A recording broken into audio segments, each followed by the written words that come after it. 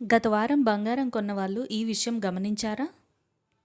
వారం మొదట్లో ఉన్న రేటు వారం చివరికి వచ్చేసరికి ఎంత పెరిగిందో చూస్తే మీరు షాక్ అవుతారు. ఆగస్టు 3వ తారీఖు 22 క్యారెట్ల తులం బంగారం ధర 1,32,300 రూపాయలకు మొదలైంది. రేటు ఒక్కసారిగా 1,34,600 రూపాయలకు చేరింది. అక్కడితో ఆగలేదు. ఆగస్టు 6, 7, 3వ తారీఖులలో రేటు పెరుగుతూనే ఉంది.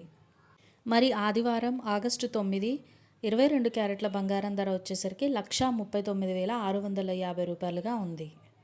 24 క్యారెట్ల బంగారం ధర కూడా 1,44,220 రూపాయల నుండి 1,52,350 రూపాయలకు చేరింది.